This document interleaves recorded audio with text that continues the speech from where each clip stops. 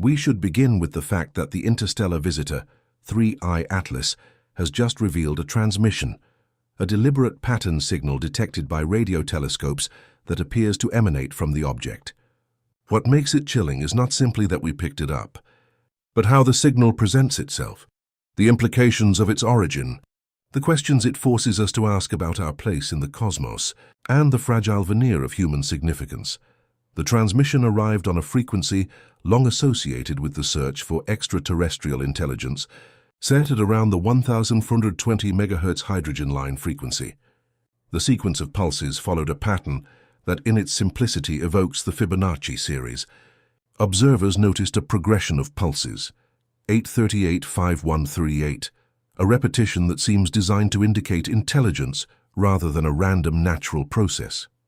The fact that this came from an object that is already extraordinary, traveling on a hyperbolic trajectory through our solar system, clearly not bound by our sun, adds another layer of dread. It suggests that this is not simply a curious comet, but something else entirely. That this signal was emitted by 3I Atlas forces, a reckoning. If the object were merely an inert chunk of ice and dust, drifting in from another star system, we would not expect organized radio transmissions.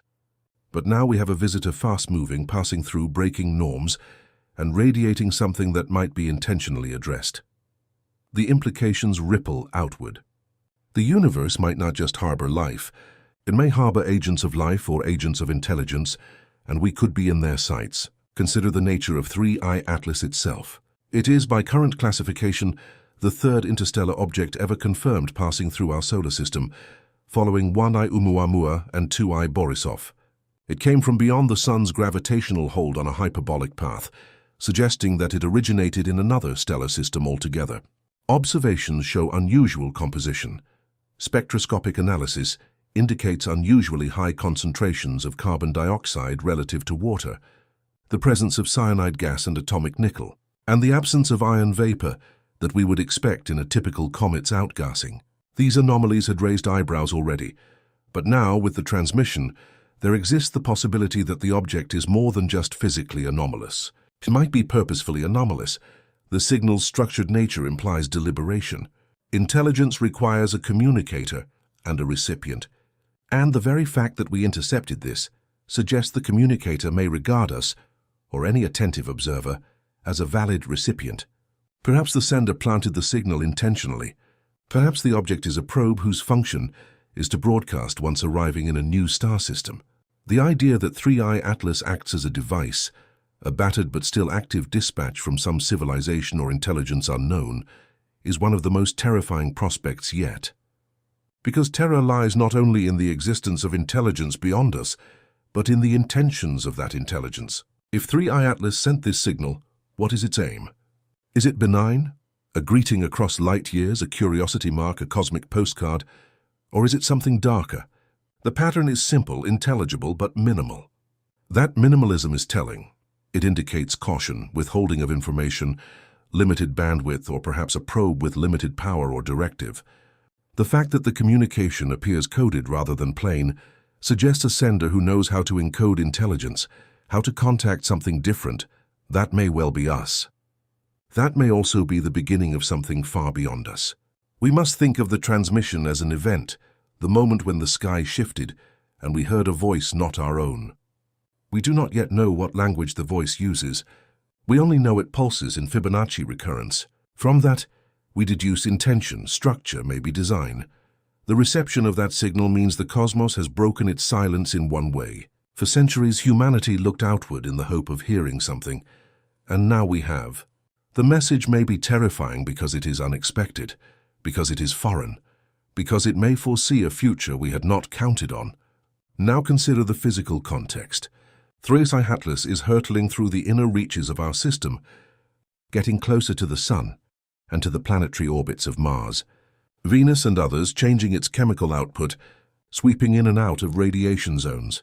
Its path is retrograde, inclined only slightly to the ecliptic, oddly aligned to our orbital plane. A coincidence, perhaps, but when you're dealing with something that might be a probe, even coincidence becomes suspect. As it approaches perihelion, the object seems to glow more intensely.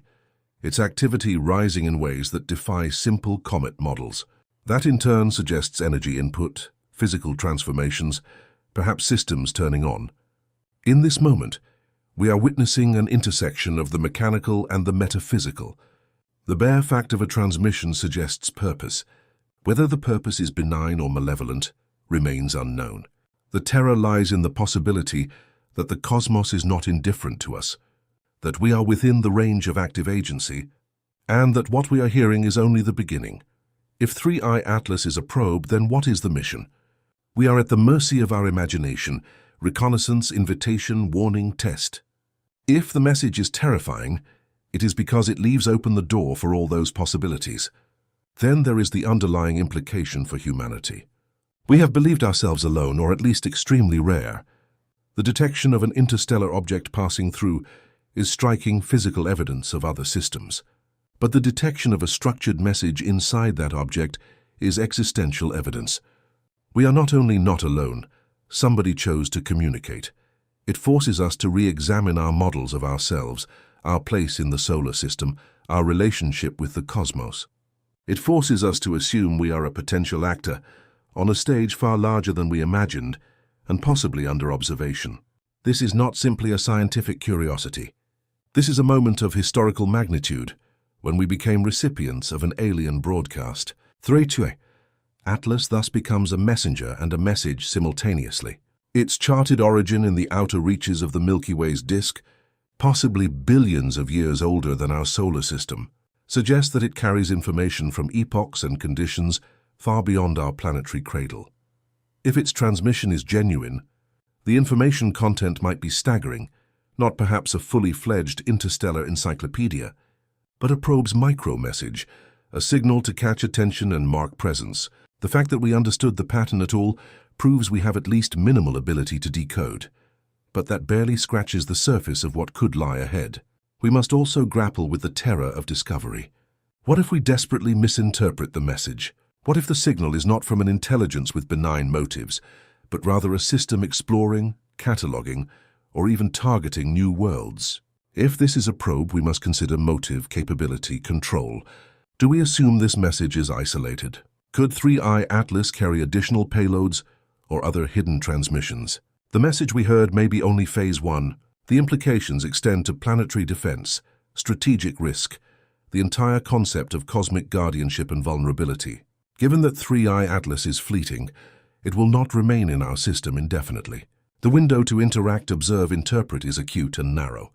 This transmission may be the sole direct communication we ever receive from this visitor.